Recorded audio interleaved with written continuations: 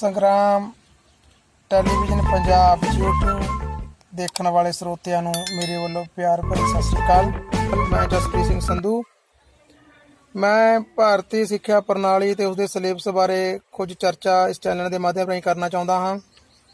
ਮੈਂ ਬਤੌਰ ਅਧਿਆਪਕ 10 ਸਾਲਾਂ ਤੋਂ ਉੱਪਰ ਪ੍ਰਾਈਵੇਟ ਸਕੂਲਾਂ ਵਿੱਚ ਕੰਮ ਕਰਿਆ ਤੇ ਜੋ ਮੈਂ ਕੁਝ ਦੇਖਿਆ ਉਸ ਦੀਆਂ ਮੈਂ ਕੁਝ ਗੱਲਾਂ ਤੁਹਾਡੇ ਨਾਲ ਸਾਂਝਾ ਕਰਨਾ ਚਾਹੁੰਦਾ ਹਾਂ।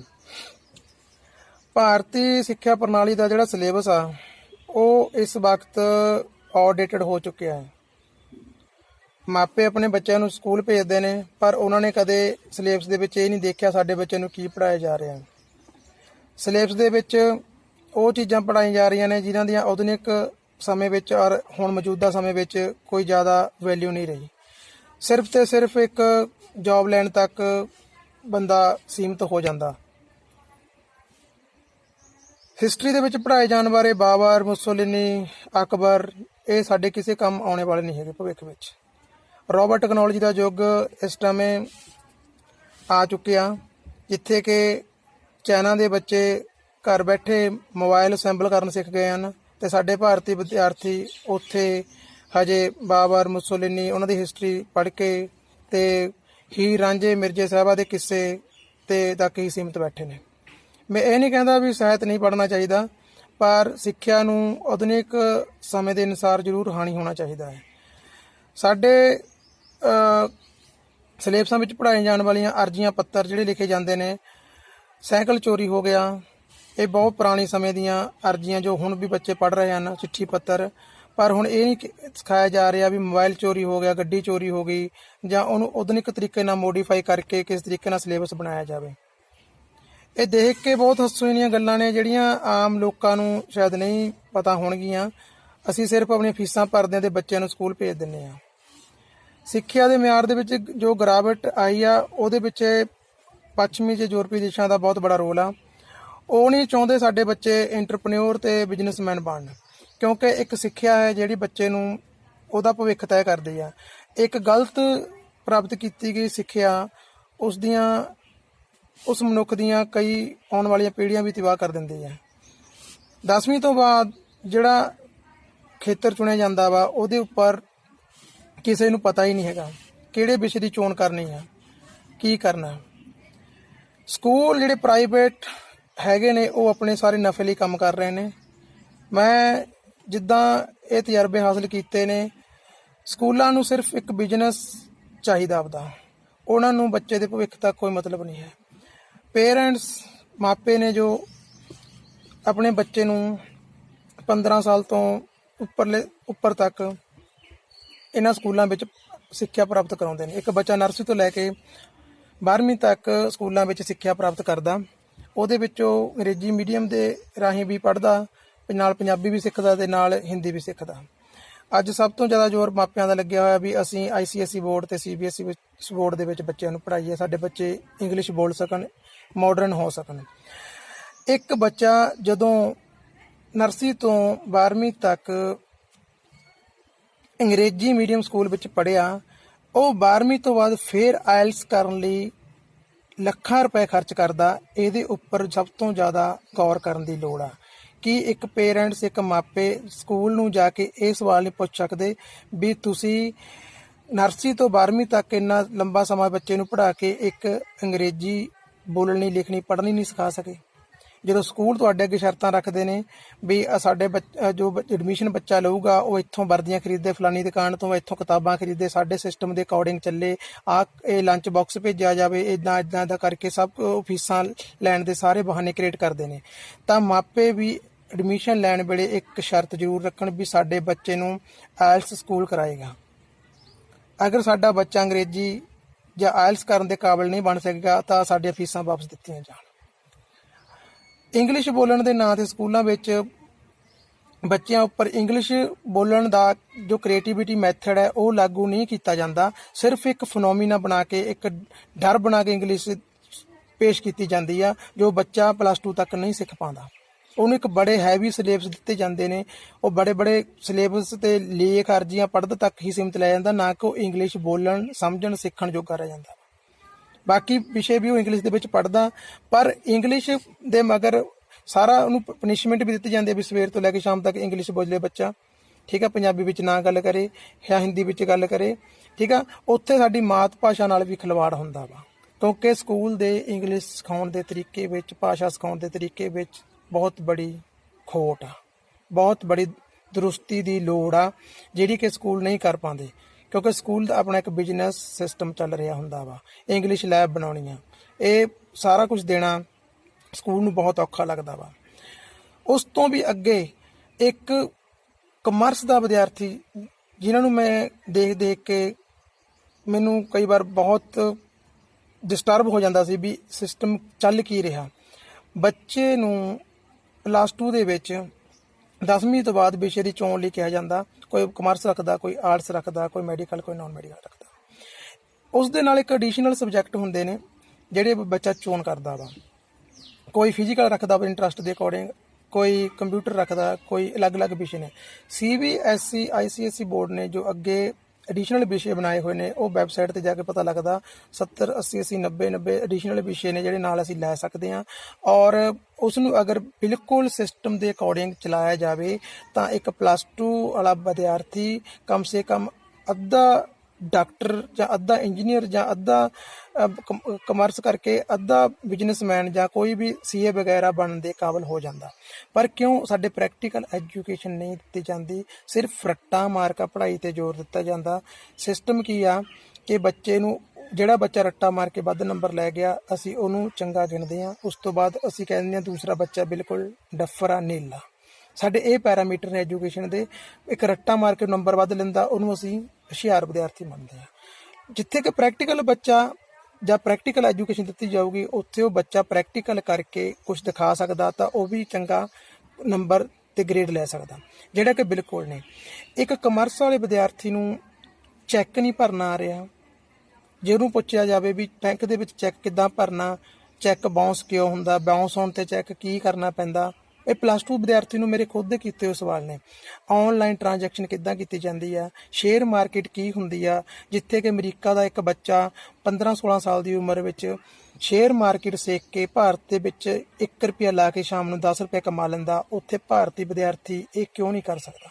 ਕਿਉਂਕਿ ਇਹ ਲੀਡਰ, ਇਹ ਰਾਜਘਾੜੇ, ਇਹ ਜਿਹੜੇ ਕਾਰਪੋਰੇਟ ਸੈਕਟਰ ਨੇ, ਇਹ ਨਹੀਂ ਚਾਹੁੰਦੇ ਵੀ ਇਹਨਾਂ ਦੇ ਬੱਚੇ ਇਹ ਚੀਜ਼ਾਂ ਸਿੱਖ ਲੈਣ, ਇੱਕ ਇੰਟਰਪ੍ਰੈਨਿਓਰ, ਇੱਕ ਬਿਜ਼ਨਸਮੈਨ ਬਣ ਸਕਣ। ਉਹ ਸਕੂਲਾਂ ਨੂੰ ਵੀ ਇਦਾਂ ਹੀ ਸਿਸਟਮ ਦੇ ਨਾਲ ਆਪਰੇਟ ਕਰ ਰਹੇ ਨੇ। ਪ੍ਰਾਈਵੇਟ ਸਕੂਲਾਂ ਵਿੱਚ ਅੱਧ ਤੋਂ ਵੱਧ ਜ਼ਿਆਦਾ ਹਿੱਸੇ ਲੀਡਰਾਂ ਦੇ ਨੇ, ਕਾਰਪੋਰੇਟ ਸੈਕਟਰਾਂ ਦੇ ਨੇ, ਠੀਕ ਆ ਜੀ। ਉਹ ਇੰਨਾ ਕੁਝ ਖਰਚ ਕਰਕੇ ਬੱਚੇ ਨੂੰ ਆਪਣਾ ਲਾਸ ਨਹੀਂ ਕਰਨਾ ਚਾਹੁੰਦੇ। ਸਿਲੇਬਸ ਨੂੰ ਚੇਂਜ ਕਰਨਾ ਪਿੱਛੇ ਤੋਂ ਲੈ ਕੇ, ਉਹਨੂੰ ਅਪਡੇਟ ਲੈ ਕੇ ਆਉਣਾ, ਪ੍ਰੈਕਟੀਕਲ ਐਜੂਕੇਸ਼ਨ ਦੇਣੀ, ਨਵੀਂ ਮਾਡਰਨ ਐਜੂਕੇਸ਼ਨ ਦੇਣੀ, ਇਹਦੇ ਲਈ ਸੰਘਰਸ਼ ਬੀਜਣ ਦੀ ਬਹੁਤ ਬੜੀ ਲੋੜ ਆ। ਜੇ ਤੁਸੀਂ ਆਪਣੇ ਬੱਚੇ ਨੂੰ ਅਵੇਅਰ ਕਰਨਾ ਚਾਹੁੰਦੇ ਹੋ, ਆਪਣੇ ਬੱਚੇ ਨੂੰ ਸਮੇਂ ਦਾ ਹਾਣੀ ਬਣਾਉਣਾ ਚਾਹੁੰਦੇ ਹੋ। ਉਸ ਤੋਂ ਬਾਅਦ ਬੱਚਾ ਇੱਕ ਫਿਜ਼ਿਕਸ ਵਾਲਾ ਬੱਚਾ ਤੁਹਾਡੇ ਘਰ ਵਿੱਚ ਇੱਕ ਪਲੱਗ ਨਹੀਂ ਲਗਾ ਸਕਦਾ, ਇੱਕ ਤਾਰਾਂ ਦਾ ਜੋੜ ਨਹੀਂ ਲਗਾ ਸਕਦਾ, ਫਿਰ ਇਹੋ ਜਿਹੀ ਐਜੂਕੇਸ਼ਨ ਦਾ ਫਾਇਦਾ ਕੀ ਹੈ? ਸਕੂਲ ਵਿੱਚ ਸਾਰਾ ਰੱਟਾ ਮਾਰ ਕੇ ਸਿਖਾਇਆ ਜਾਂਦਾ, ਕੋਈ ਪ੍ਰੈਕਟੀਕਲ ਨਹੀਂ ਕਰਾਇਆ ਜਾਂਦਾ। ਪ੍ਰੈਕਟੀਕਲ ਕਰਨ ਲਈ 25-25 30 ਲੱਖ ਦੇ ਲੈਬਾਂ ਬਣਦੀਆਂ ਨੇ। ਕੈਮਿਸਟਰੀ ਵਾਲਾ ਬੱਚਾ ਇੱਕ ਮੈਡੀਸਨ ਨੂੰ ਨਹੀਂ ਪੜ੍ਹ ਸਕਦਾ, ਇੱਕ ਪੈਸਟੀਸਾਈਡ ਨਹੀਂ ਦੇਖ ਸਕਦਾ। ਕਿਸਾਨ ਦਾ ਬੱਚਾ ਕੈਮਿਸਟਰੀ ਕਰ ਰਿਹਾ ਵੀ ਖੇਤ ਦੇ ਵਿੱਚ ਕਿਹੜੀ ਮੈਡੀਸਨ ਕਿੱਦਾਂ ਪੈਣੀ ਆ, ਉਹ ਹੋਰ ਕੀ ਕਰ ਸਿੱਖੂਗਾ? ਇਹ ਸਾਰੀ ਐਜੂਕੇਸ਼ਨ ਦੀਆਂ ਕਮੀਆਂ ਨੇ ਜਿਹੜੀਆਂ ਮੈਂ ਗਿਣਾ ਰਿਹਾ ਵਾਂ, ਜਿਹੜੀ ਕਿ ਐਜੂਕੇਸ਼ਨ ਦੇ ਵਿੱਚੋਂ ਹੀ ਨਿਕਲਦੀਆਂ ਨੇ। ਐਜੂਕੇਸ਼ਨ ਦੇ ਵਿੱਚੋਂ ਹੀ ਸਿੱਖ ਕੇ ਬੰਦਾ ਪਰਪੱਕ ਹੁੰਦਾ ਵਾ ਵਿਦਿਆਰਥੀ, ਪਰ ਉਹ ਚੀਜ਼ਾਂ ਨਹੀਂ ਸਿਖਾਈ ਜਾ ਰਹੀਆਂ। ਇੱਕ ਰੱਟਾ ਮਾਰਕਾ ਸਿਸਟਮ ਆਪਰੇਟ ਕੀਤਾ ਗਿਆ, ਉਸ ਨੂੰ ਪ੍ਰੈਕਟੀਕਲ ਤੋਂ ਬਹੁਤ ਦੂਰ ਰੱਖਿਆ ਗਿਆ। ਫਿਰ ਸਾਡੇ ਵਿਦਿਆਰਥੀ ਪੜ੍ਹਨ ਤੋਂ ਬਾਅਦ ਮਾਪੇ ਕਹਿੰਦੇ ਨੇ ਵਿਦਿਆਰਥੀਆਂ ਨੂੰ ਬਾਹਰ ਭੇਜ ਦਿਓ, ਇੱਥੇ ਰੁਜ਼ਗਾਰ ਨਹੀਂ ਹੈਗਾ। ਰੁਜ਼ਗਾਰ ਆਪੇ ਨਹੀਂ ਹੈਗਾ ਜਦੋਂ ਤੁਹਾਡੇ ਹੱਥ ਵਿੱਚ ਕੋਈ ਸਕਿੱਲ ਜਾਂ ਤੁਹਾਡੇ ਹੱਥ ਵਿੱਚ ਕੋਈ ਪ੍ਰਯੋਗੀ ਸਿੱਖਿਆ ਨਹੀਂ ਹੈਗੀ, ਤਾਂ ਤੁਸੀਂ ਬੇਰੁਜ਼ਗਾਰ ਹੋਵੋਗੇ।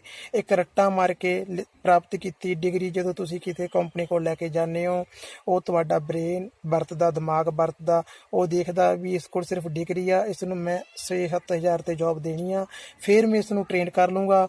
ਟ੍ਰੇਨ ਕਰਕੇ ਹੌਲੀ ਹੌਲੀ ਇਹ ਜਦੋਂ ਕੰਮ ਸਿੱਖ ਜਾਏਗਾ, ਫਿਰ ਮੈਂ ਇਸ ਨੂੰ ਆਪਦੇ ਅਕੋਰਡਿੰਗ ਮਾੜੀ ਮੋਟੀ ਸੈਲਰੀ ਵਧਾ ਕੇ ਤਨਖਾਹ ਦੇ ਸਕਦਾ ਵਾਂ। ਜਾਂ ਫਿਰ ਉਹ ਇਸ ਨੂੰ ਹਟਾ ਵੀ ਦਿੰਦਾ। ਜਦੋਂ ਸੈਲਰੀ ਅਸੀਂ ਕੰਮ ਸਿੱਖ ਜਾਂਦੇ ਹਾਂ, ਉਸ ਤੋਂ ਬਾਅਦ ਜਦੋਂ ਸੈਲਰੀ ਦੀ ਮੰਗ ਕਰਦੇ ਹਾਂ, ਫਿਰ ਉਹ ਕੋਈ ਹੋਰ ਸਾਡੇ ਵਰਗਾ ਰੱਟਾ ਮਾਰਕਾ ਡਿਗਰੀ ਹਾਸਲ ਕਰਨ ਵਾਲਾ ਰੱਖ ਕੇ ਉਹ ਤੋਂ ਕੰਮ ਲੈ ਕੇ ਉਹਨੂੰ ਵੀ ਵਿਦਾ ਕਰ ਦਿੰਦਾ। ਤਾਂ ਇਹ ਸਾਡਾ ਸਿਸਟਮ ਆ। ਅਸੀਂ ਕਹਿੰਦੇ ਇੱਥੇ 8-10 ਹਜ਼ਾਰ ਦੀ ਨੌਕਰੀ ਮਿਲਦੀ ਆ। ਕਿਉਂ ਮਿਲਦੀ ਆ? ਕਿਉਂਕਿ ਸਾਡੇ ਹੱਥ 'ਚ ਗੁਣ ਨਹੀਂ, ਅਸੀਂ ਆਪਦਾ ਕੰਮ ਨਹੀਂ ਕਰ ਸਕਦੇ, ਅਸੀਂ ਇੰਟਰਪ੍ਰੈਨਿਓਰ ਨਹੀਂ ਹੈਗੇ, ਅਸੀਂ ਬਿਜ਼ਨਸਮੈਨ ਦੀ ਸਿੱਖਿਆ ਨਹੀਂ ਪ੍ਰਾਪਤ ਕੀਤੀ, ਜਿਹੜੀਆਂ ਕਿ ਬਾਹਰਲੀ ਕੰਪਨੀਆਂ ਤੇ ਬਾਹਰਲੇ ਦੇਸ਼ਾਂ ਦੇ ਬੱਚੇ ਸਿੱਖ ਕੇ ਸਾਡੇ ਦੇਸ਼ ਵਿੱਚ ਆ ਕੇ ਕਰ ਰਹੇ ਨੇ। ਭਾਰਤ ਦੁਨੀਆ ਦੀ ਸਭ ਤੋਂ ਬੜੀ ਮੰਡੀ ਆ, ਜਿੱਥੇ ਕਿ ਬਾਹਰਲੇ ਕੰਟਰੀ 1 ਰੁਪਇਆ ਲਾ ਕੇ ਸ਼ਾਮ ਨੂੰ 10 ਰੁਪਏ ਬਣਾਉਂਦੇ ਨੇ, ਕੋਈ 20 ਰੁਪਏ ਬਣਾਉਂਦਾ ਵਾ। ਇਹ ਸਿੱਖਿਆ ਸਾਡੇ ਬੱਚੇ ਹਾਸਲ ਨਹੀਂ ਕਰ ਸਕੇ। ਅਸੀਂ ਆਪਣੀਆਂ ਜ਼ਮੀਨਾਂ ਜਾਇਦਾਦਾਂ ਵੇਚ ਕੇ ਬੱਚਿਆਂ ਨੂੰ ਫਿਰ ਬਾਹਰ ਭੇਜਦੇ ਹਾਂ, ਤੇ ਬਾਹਰ ਜਾ ਕੇ ਵੀ ਸਾਡੇ ਬੱਚੇ ਇੱਕ ਨੌਕਰੀ ਹੀ ਕਰਦੇ ਨੇ, ਉਹ ਸਿੱਖਿਆ ਦੀ ਘਾਟ ਕਰਕੇ, ਕਿਉਂਕਿ ਉਹ ਇੰਟਰਪ੍ਰੈਨਿਓਰ ਬਿਜ਼ਨਸਮੈਨ ਫਿਰ ਵੀ ਉੱਥੇ ਜਾ ਕੇ ਨਹੀਂ ਬਣ ਸਕਦੇ, ਕਿਉਂਕਿ ਸਾਰਾ ਸਿਸਟਮ ਜਿਹੜਾ ਆਪਰੇਟ ਕੀਤਾ ਪਿੱਛੇ ਤੋਂ ਲੈ ਕੇ ਲਾਰਡ ਮੈਕਾਲੇ ਦੀ ਪਾਲਿਸੀ ਆ, ਜਿਹੜੀ ਐਜੂਕੇਸ਼ਨ ਗੋਰਿਆਂ ਦੀ ਪਾਲਿਸੀ ਆ, ਉਹਨਾਂ ਨੇ ਸਾਨੂੰ ਸਿਰਫ ਭਾਰਤੀਆਂ ਨੂੰ ਨੌਕਰ ਹੀ ਬਣਾ ਕੇ ਰੱਖਿਆ ਹੋਇਆ, ਮਾਲਕ ਬਣਨ ਦਾ ਸਾਨੂੰ ਕਦੇ ਮੌਕਾ ਨਹੀਂ ਦਿੰਦੇ ਹੈਗੇ। ਕਿਉਂਕਿ ਇਹ ਸਾਰੇ ਪਿੱਛੇ ਸਿੱਖਿਆ ਦਾ ਬਹੁਤ ਬੜਾ ਰੋਲ ਹੈ। ਜੇ ਸਾਡੀ ਸਿੱਖਿਆ ਨਰਸਰੀ ਤੋਂ ਲੈ ਕੇ +2 ਤੱਕ ਦੀ ਮਾਲਕ ਬਣਨ ਦੀ ਸਿੱਖਿਆ ਹੋਊਗੀ, ਬਿਜ਼ਨਸਮੈਨ ਬਣਨ ਦੀ ਸਿੱਖਿਆ ਹੋਊਗੀ, ਪ੍ਰੈਕਟੀਕਲੀ ਸਿੱਖਿਆ ਹੋਊਗੀ, ਤੇ ਅਸੀਂ ਮਾਲਕ ਬਣਾਂਗੇ। ਅਸੀਂ ਆਪਣੇ ਮੋਬਾਈਲ, ਗੱਡੀਆਂ, ਕਾਰਾਂ ਸਾਰੀਆਂ ਭਾਰਤ ਵਿੱਚ ਬਣਾਵਾਂਗੇ। ਸਾਨੂੰ ਬਾਹਰਲੇ ਦੇਸ਼ਾਂ 'ਚੋਂ ਕੋਈ ਚੀਜ਼ ਲੈਣ ਦੀ ਲੋੜ ਨਹੀਂ ਪੈਣੀ। ਇਸ ਕਰਕੇ ਉਹ ਬਾਹਰਲੇ ਦੇਸ਼ ਚਾਹੁੰਦੇ ਨਹੀਂ ਵੀ ਇਹ ਸਕਿੱਲ ਐਜੂਕੇਸ਼ਨ ਸਿੱਖ ਸਕਣ। ਇਹ ਆਪਣੀਆਂ ਕਾਰਾਂ, ਗੱਡੀਆਂ, ਜੋ ਵੀ ਲੋੜੀਂਦੀਆਂ ਚੀਜ਼ਾਂ ਇਲੈਕਟ੍ਰੋਨਿਕ ਨੇ, ਜਿਹੜੇ ਵਹੀਕਲ ਨੇ, ਉਹ ਭਾਰਤ ਵਿੱਚ ਬਣਨ, ਭਾਰਤੀ ਬੱਚੇ ਸਿੱਖਣ, ਐਜੂਕੇਸ਼ਨ ਭਾਰਤ ਵਿੱਚ ਬਣਾਉਣ, ਠੀਕ ਆ, ਤੇ ਉਹ ਇੱਥੇ ਵਰਤਣ। ਫਿਰ ਉਹਨਾਂ ਦਾ ਵਪਾਰ ਖਤਮ ਹੋ ਜਾਣਾ ਬਾਹਰਲੇ ਦੇਸ਼ਾਂ ਦਾ। ਤੋਂ ਮੈਂ ਇਹ ਸਿੱਖਿਆ ਦੀਆਂ ਕਮੀਆਂ ਗਿਣਾਈਆਂ ਨੇ। ਇਹਦੇ ਵਿੱਚ ਹੋਰ ਵੀ ਬਹੁਤ ਕੁਛ ਆ। ਇੱਕ ਗੱਲ ਦੇ ਉੱਪਰ ਇੱਕ ਵਿਸ਼ਾ ਬਣ ਸਕਦਾ, ਬਹੁਤ ਲੰਬੀ ਗੱਲਬਾਤ ਹੋ ਸਕਦੀ ਆ।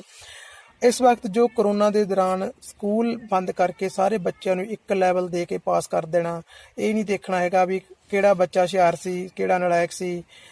ਉਹ ਸਾਰਾ 2 ਸਾਲਾਂ ਤੋਂ ਜੋ ਹੋ ਰਿਹਾ, ਇਹ ਸਾਰੇ ਵਿਸ਼ਵੀ ਕਾਰਪੋਰੇਟ ਸੈਕਟਰ ਜਿਹੜੇ ਕਰ ਰਹੇ ਨੇ, ਉਹ ਸਾਰਾ ਬੱਚਿਆਂ ਦੇ ਬ੍ਰੇਨ ਨੂੰ ਸਟਰਕ ਕਰਨ ਲਈ, ਉਹਨਾਂ ਦੀ ਦਿਮਾਗੀ ਐਬਿਲਿਟੀ ਨੂੰ ਕੰਟਰੋਲ ਕਰਨ ਲਈ ਕੀਤਾ ਜਾ ਰਿਹਾ। ਇਹਦੇ ਵਿੱਚ ਸਾਨੂੰ ਬਹੁਤ ਦੁੱਖ ਹੋ ਰਿਹਾ। ਸਕੂਲ ਬੰਦ ਕੀਤੇ ਗਏ ਨੇ, ਸਕੂਲ ਖੁੱਲ੍ਹਣੇ ਚਾਹੀਦੇ ਨੇ, ਤੇ ਸਿੱਖਿਆ ਦਾ ਮਾਡਰਨਾਈਜੇਸ਼ਨ ਹੋਣਾ ਚਾਹੀਦਾ। ਜਿਵੇਂ ਅੱਜ ਕੱਲ੍ਹ ਹਰੇਕ ਚੀਜ਼ ਦਾ ਮਾਡਰਨਾਈਜੇਸ਼ਨ ਹੋ ਰਿਹਾ, ਤਾਂ ਸਿੱਖਿਆ ਵੀ ਮਾਡਰਨ ਹੋਣੀ ਚਾਹੀਦੀ ਆ। ਮਾਡਰਨ ਦਾ ਮਤਲਬ ਇਹ ਨਹੀਂ ਹੈਗਾ ਤੁਸੀਂ ਬੱਚਿਆਂ ਨੂੰ ਸਕੂਲ ਵੈਨਾਂ ਵਿੱਚ ਕੈਮਰੇ ਲਗਾ ਦਿਓ, ਬੱਚਿਆਂ ਦੇ ਇਲੈਕਟ੍ਰੋਨਿਕ ਆਈ ਕਾਰਡ ਦੇ ਦਿਓ। ਇਹ ਮਾਡਰਨ ਨਹੀਂ ਕਹਿੰਦਾ ਮੈਂ ਇਹ ਗੱਲ ਕਰ ਰਿਹਾ, ਸਿਲੇਬਸ ਸਕਿੱਲਫੁਲ ਹੋਣਾ ਚਾਹੀਦਾ। ਸਿਲੇਬਸ ਬੱਚਿਆਂ ਨੂੰ ਪ੍ਰੈਕਟੀਕਲ ਹੋਣਾ ਚਾਹੀਦਾ। ਇੱਕ ਬੱਚਾ ਅਗਰ 40 ਬੱਚੇ ਇੱਕ ਕਲਾਸ ਦੇ ਵਿੱਚ ਹੈਗੇ ਨੇ, ਤਾਂ 40 ਦਾ ਦਿਮਾਗ ਅਲੱਗ-ਅਲੱਗ ਆ। ਕੋਈ ਸਿੰਗਰ ਬਣਦਾ, ਕੋਈ ਇੰਜੀਨੀਅਰ ਬਣਦਾ, ਕੋਈ ਡਾਕਟਰ ਬਣਦਾ। ਸਾਰੇ ਕੋਈ ਵੀ ਬੱਚਾ ਕਲਾਸ ਦੇ ਵਿੱਚ ਨਲਾਇਕ ਨਹੀਂ ਹੁੰਦਾ। ਹਰੇਕ ਨੂੰ ਰੱਬ ਨੇ ਅਲੱਗ-ਅਲੱਗ ਬੁੱਧੀ ਦੇ ਕੇ ਭੇਜਿਆ।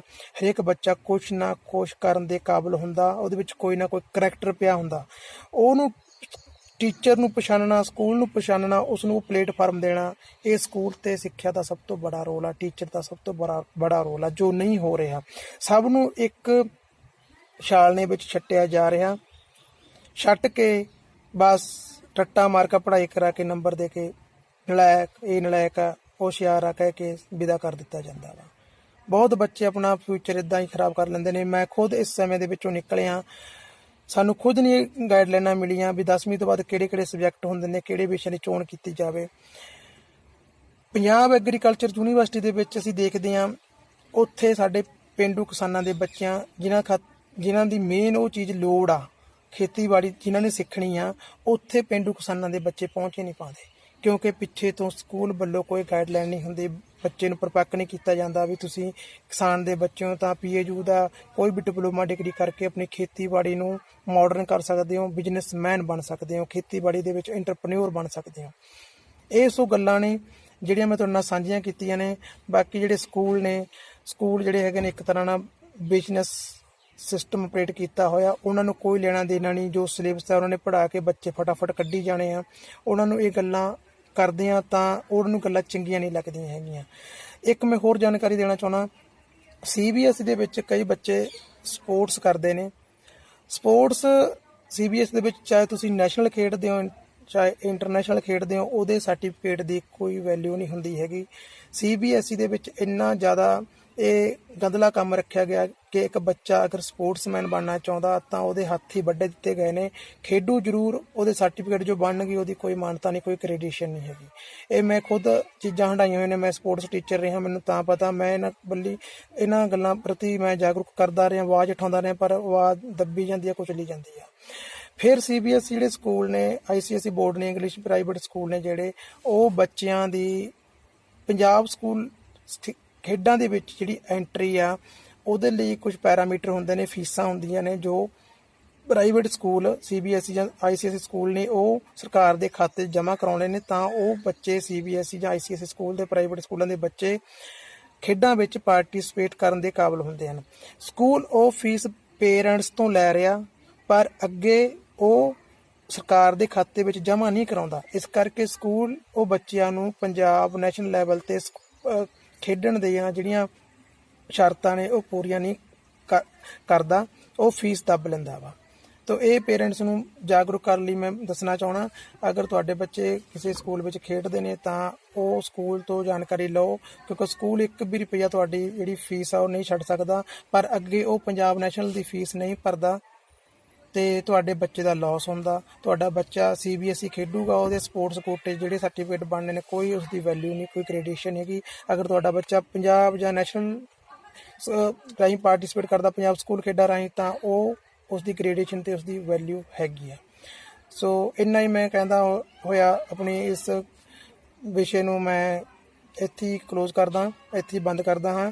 ਇਸ ਤੇ ਅੱਗੇ ਵੀ ਮੈਂ ਅਲੱਗ-ਅਲੱਗ ਛੋਟੇ ਛੋਟੇ ਟੌਪਿਕਾਂ ਦੇ ਉੱਪਰ ਮੈਂ ਐਪੀਸੋਡ ਬਣਾ ਕੇ ਇਸ ਚੈਨਲ ਦੇ ਮਾਧਿਅਮ ਰਾਹੀਂ ਪੇਸ਼ ਕਰੂੰਗਾ।